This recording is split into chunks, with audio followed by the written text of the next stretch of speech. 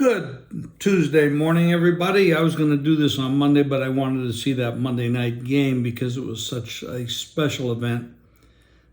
9/11, all the celebrations, Rodgers making his trip from Green Bay to the New York Jets. Big deal. Everything was all set up until the fourth play of the Jets offense. Unbelievable how that all fell apart so quickly.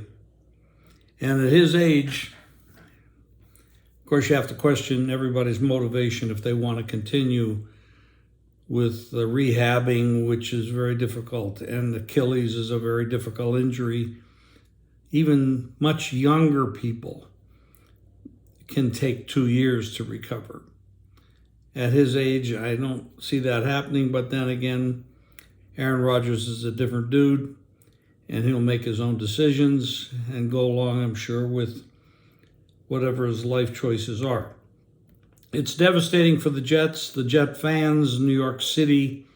I mean, they just saw the Giants get beat 40-0, and now the Jets come out there with Rodgers and lose them on the fourth play. But I'm going to give credit where credit is due. The Jets played one hell of a game. Defensively, they are better than they were last year. It looks like, at least.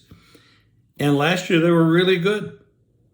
You know, they ended up with a not so terrible season last year with Zach Wilson at quarterback and Mike White.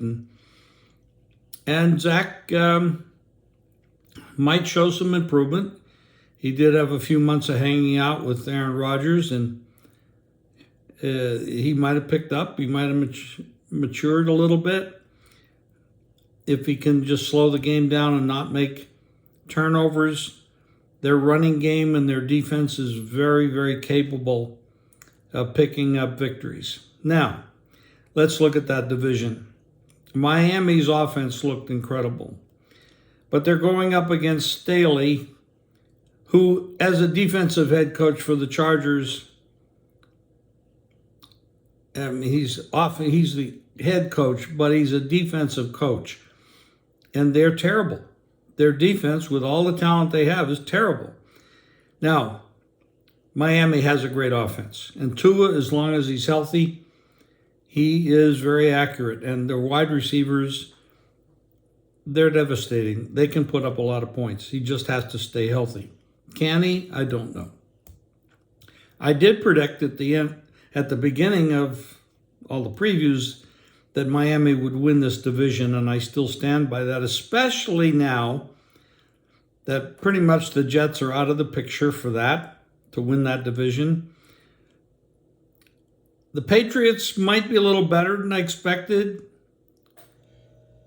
but the Bills, Josh Allen looks absolutely awful. He was never accurate when he was in college. When he had Brian Daboll as his head coach, he had a couple good years. But last year, he made a mess of things, and he did it again last night. I'm not too high on the Bills right now. I'm still saying I'm giving this to Miami should Tua stay healthy. If it's not Miami, then it's really a toss-up. We know Belichick can coach.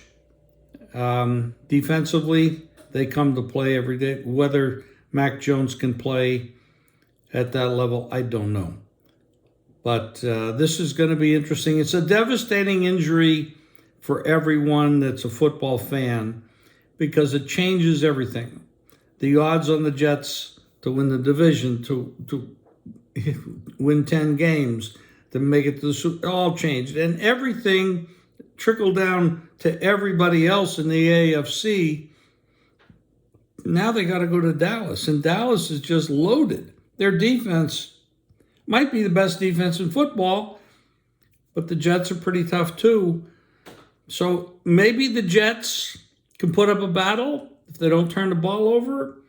And if the Jets defense can turn Dak over, which he's capable of doing, maybe they can keep it close. I don't think 7.5, which is the current number, is enough I think it has to go 9.5 or 10, because you just don't know what Zach Wilson can do against a defense like that, because they are devastating at getting to the quarterback.